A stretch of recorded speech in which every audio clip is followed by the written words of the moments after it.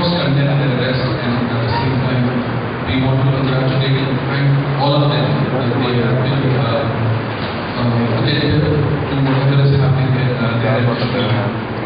And at the same time, I also wanted, when I came here, we are also aware of what happened in Sri Lanka last year and over the years.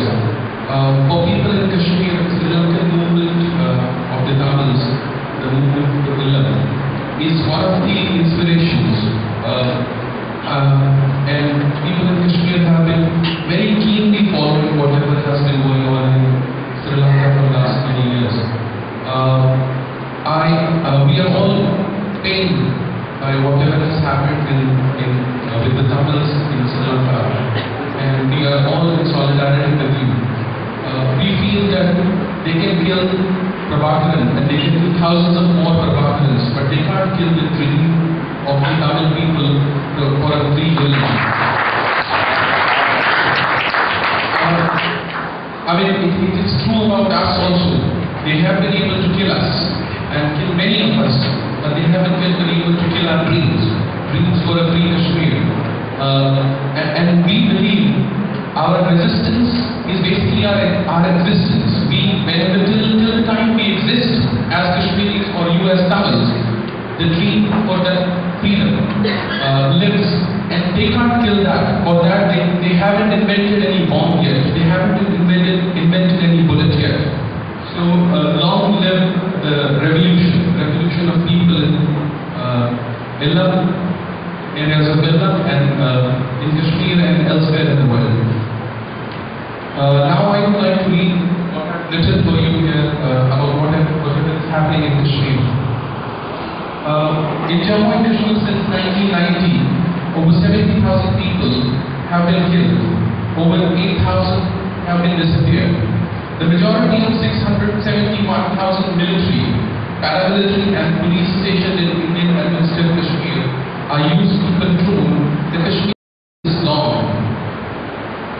Since January 2004 to November 2008, till the attacks in Mumbai, unfortunately 6,588 people were killed. It's the span of 4 years when Government of India and Government of Pakistan were talking peace, and officially Government of India declared that this is a ceasefire now and we are engaged with Pakistan in a peace process wherein we are trying to resolve the issue of Kashmir.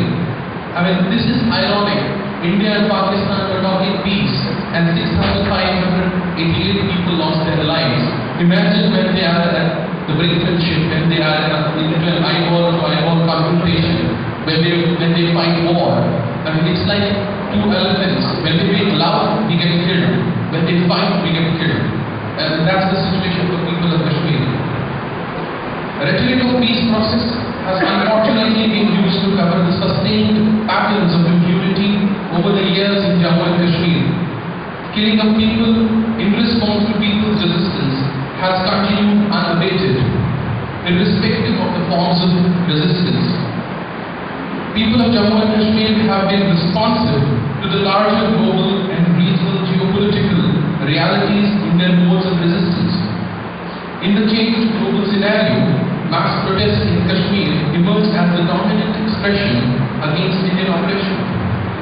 But these peaceful unarmed demonstrations were responded by the use of state force, resulting in loss of life, injuries and continued trauma.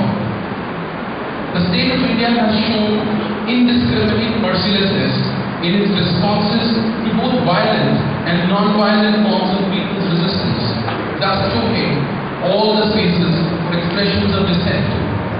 Transition from armed militancy to mass protests as the popular expression of dissent has been disregarded by Indian state and met with brutal response, which is reflective of the state's approach towards conflict transformation. The recent protests in Kashmir do not evidence dissent to the present events alone, but are indicative of civilian sentiments and responses to the sustained confinement of civil society by Indian military and paramilitary forces since 1989 or even before. and the attendant cycles of violence and the suppression of local demands for the right of self-determination since 1947. The government of India has recently called for creative solutions to resolve the Kashmir problem. If we map the events of the past, the approach of the Indian state is aggressively militaristic. The political approach of the Indian state is absent, and there are no such engagements with the civil society or with the pro-freedom leadership of Jammu and Kashmir. There is no acknowledgement of people's insistent demand for the right of self-determination. Indian state claims to be willing to talk about all the issues. That's what the Indian Prime Minister just 3 days back said. He said that the government of India is willing to talk about all the issues, but it is still unwilling to accept the issue of right of self-determination of the people of Jammu and Kashmir. Indian administered Kashmir is not a problem, but a conflict zone. India's militarization is aimed at territorial control of Kashmir and control over key economic and environmental resources in the region. Institutions of democracy, the judiciary, educational institutions, media are neutralized by the Indian state. India must be proud that at least one institution is delivering to its best capabilities. That is the Indian Army. Kashmir continues to be part of India because the Indian Army delivers on the orders of the political leadership, which, my dear friends, is elected by you. Armed forces collaborate with Hindu nationalists in instituting self-defense,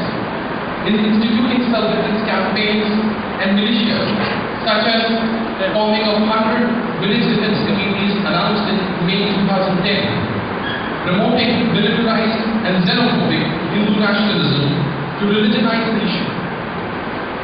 Zero tolerance for civil and political rights. Human rights violations in Kashmir are means of maintaining military governance. The Indian government has repeatedly promised zero tolerance for human rights violations. But what we have witnessed is zero tolerance for non-violent civil society dissent, as Indian forces brutalize people on the streets, chanting, "Go India, go back." And India has quit Kashmir. On June 24, 2010, Chief Minister Umar Abdullah stated that pro-freedom leaders are instigating youth to violence, following which Indian forces institute repression on political leaders calling for peaceful protests. People marching on streets, protesting and mourning the deaths of the killed by the paramilitary have always been met with force. Condoning and rationalizing the deplorable actions of the CRPF and the police, the Home Secretary of India, Mr. G.K. Pillai, characterized civilians fired upon by security forces personnel as people who were culpable as they violated curfew and attacked police posts. This further evidences the patronage that the Indian forces enjoy from highly placed government officials and emphasizes the state's view that civil society resistance to militaristic governance is criminal behavior. From actions and statements of Indian forces and politicians in power, it appears that all civil disobedience is being defined as anti-national and as equivalent to terrorism. Peaceable protests are fired upon as security personnel